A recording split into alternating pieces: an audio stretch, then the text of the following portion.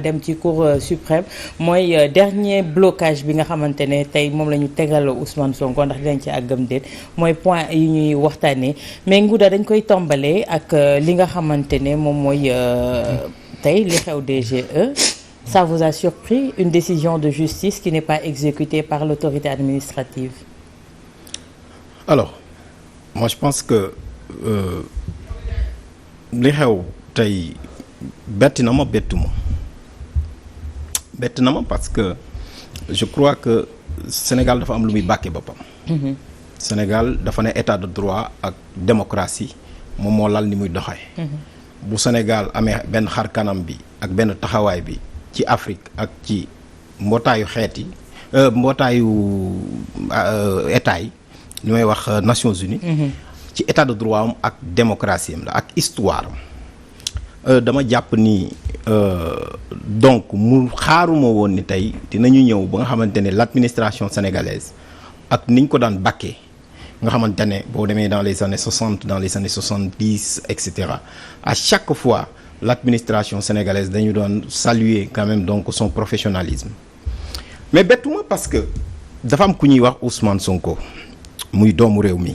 am lu mu mbébét ci réew mi ñu ne ko doo ko fi mbébéte boobu ba tey yàgg naa ko wax ne Ousmane Sonko a le droit et la vérité avec lui mais aussi il a le peuple avec lui. Et à chaque fois dañu ko jël n'est-ce pas loo xamante ne ñu teg ko ci kawam di ko donc xarab teewul à chaque fois mu wax sénégalais ni xool leen li xew wala maa ngay dem ca yoon. te bu ma demee ci yoon aussi lu ma am dinaa jël mais nii laa ko gisee tey c'est une suite logique de ce qu'avait écrit l'agent judiciaire de l'État. bi mbir mi amee bi juge bi Ziguinchor tranché communiqué la génn day xarab juge bi. damay wax sax ne bu loolu amee rek nekkatuñ sax sur le terrain du droit électoral nekkatuñu aussi sur le terrain des droits civiques. On est sur quoi? On est sur le terrain du droit pénal. C'est de l'outrage à un magistrat. C'est du discrédit. mënoo ñëw un magistrat boo xamante ni loyalement la def son travail la preuve yi ñu doon wax c'est bu fekkoon ni dëggu na. cette récusation là dinañu dem ba ci cappaandaw ga ñu ne dañuy désister wu. alors xoolal li ñu wax ci ginnaaw magistrat bi yëpp alors que kooku il n'obéit qu'à sa conscience et à l'autorité de la loi. oui su ko keneen defoon su ko ab journaliste defoon su ma ko defoon man mii su ko keneen defoon ñu dal ci kawam Bassirou Diomaye Faye mu ngi ne le tey newul kaso. ci lu mu bind rek agent judiciaire de l'État lu mu bind gënut a garaaw li Bassirou Diomaye Faye wax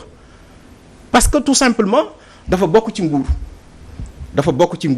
mais bokk ci nguur moom mu am ay principes yu koy lié.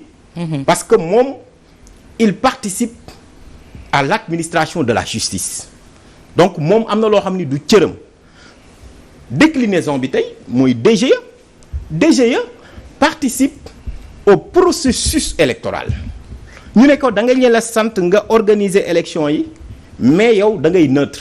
parce que administration principe du service public parmi ces grands principes dafa am le principe de neutralité soo amee candidat yu bëri même le président Macky Sall bu fekkee ne moom moo yor nguur gi même le premier ministre bi nga xam ne il est le chef de l'administration si les candidats dañ koy traiter comme les autres candidats à la candidature en vertu du principe d'égalité de traitement qui est un principe à valeur constitutionnelle. mais lan la ñu gis mooy que Ousmane Sonko fait l'objet de discrimination.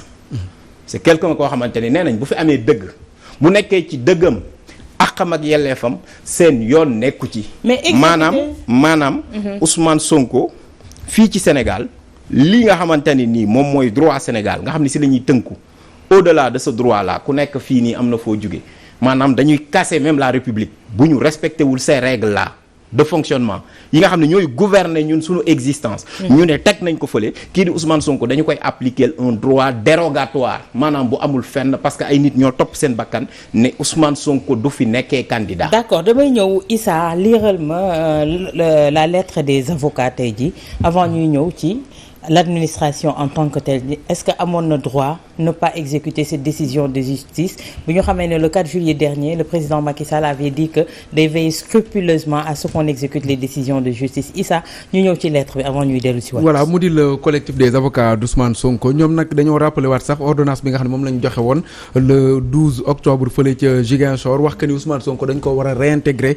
ci liste électorale yi ñu rappelé itam li nga xam ne moo xew tey ca DGE ginnaaw bu fa kile di Mohamed Ayib Salim Daffé àndee ak ki nga xam ne moo di maître Wayndé Dieng di huissier de justice ñu demoon pour jëli ji fiche de parrainage ñu lànkal leen ko ñoom ñu rappelé article 47 alinéa 4 bu code électoral bi nga xam ne dafa wax que ni décision de justice yi nga xam ne dañ koy rendre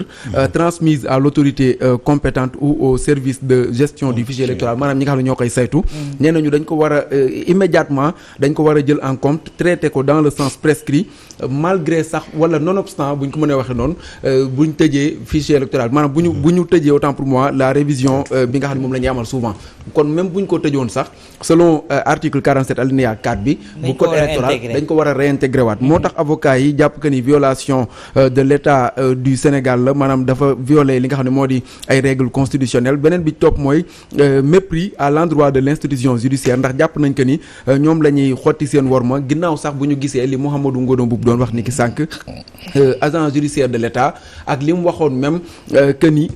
ginnaaw lii yëpp ñu rendre Ousmane Sonko du mën naa bañ a nekkaat ku ñu réintégrer ci liste électorale yi kon ñoom njortoon nañ ko parce que rendre nañ décision ba pare agent judiciaire de l'état génn ne malgré tout cela Ousmane Sonko du nekk koo xam ne day dugaat moo tax ñuy woo opinion nationale ak internationale ngir jël leen à témoin ci lii nga xam ne moo xew mais aussi di alerter le chef de l'état Macky Sall ndax jàpp nañ que ni moom moo garantir le bon fonctionnement des institutions ak le respect de l'état de droit ngir mu assurer l'exécution de la décision rendue par la cour bi nga xam ne moo nekk fële ca Ziguinchor mais aussi ak yeneen tribunaux yëpp décision yi nga xam ne ñu ngi koy rendre moom mu jëfe ko comme ni mu ko waxee woon le 4 juillet collectif bi nag nee nañu dinañ fexe ba veiller appeler l'état du Sénégal en tout cas à protéger les institutions au respect de la magistrature et des décisions rendues par les cours et tribunaux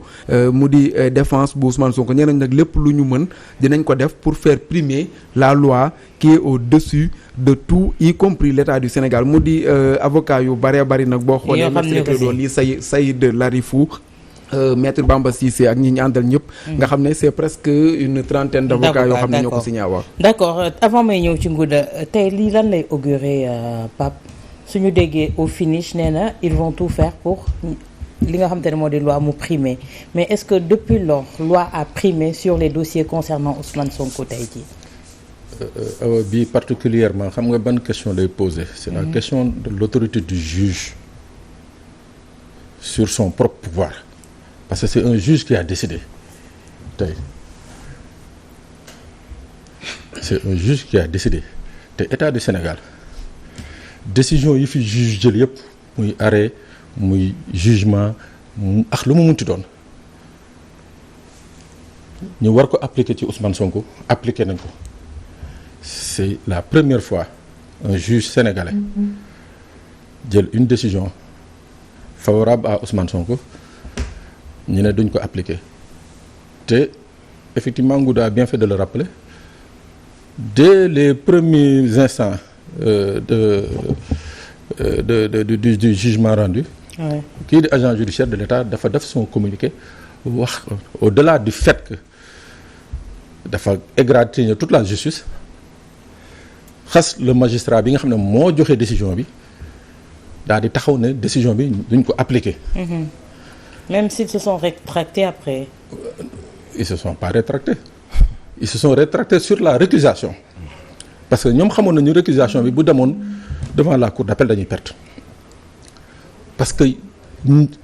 ñu sut ñoom li ñu seen cëslaay moo taxawul fi ñu doon waxee looloo taxawul mënuñu si yoon am dëgg moo tax ils ont bien fait de laisser tomber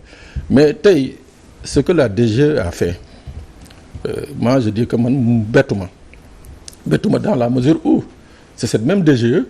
qui il y a quelques jours bi ñu ouvrir justement le dépôt de candidature moom mu bañaloon kii di Ousmane Sonko et son mandataire bañal leen jox ay fiches de parrainage fi ñu ko tegoon Ousmane Sonko n'était plus dans le fichier électoral te loolu en fait c'était benn kii la benn c'était une seconde kii mais ñoom lañ jëkkoon wax sax mooy que c'est des instructions qui ont été reçues venant de kii dugguñu ci mais c'est des instructions qui ont été reçues avant de dire que nekkul woon ci fichier électoral bi donc tey jii ces DG là bu ñëwee taxaw face à une décision c'est-à-dire face à l'autorité de la chose jugée mu ne du ko exécuter mooy li ñu doon wax ci administration bi elle a été politisée à outrance tey jii ce n'est plus de la méritocratie du question da nga mën da nga jàng da nga xarañ moo tax ñu nommé la c'est parce que tu sais exécuter les ordres surtout manifestement illégaux moo tax ñi lay nommé donc lii DGE def c'est un précédent extrêmement dangereux surtout pour le processus électoral parce que déjà wan na ni que moom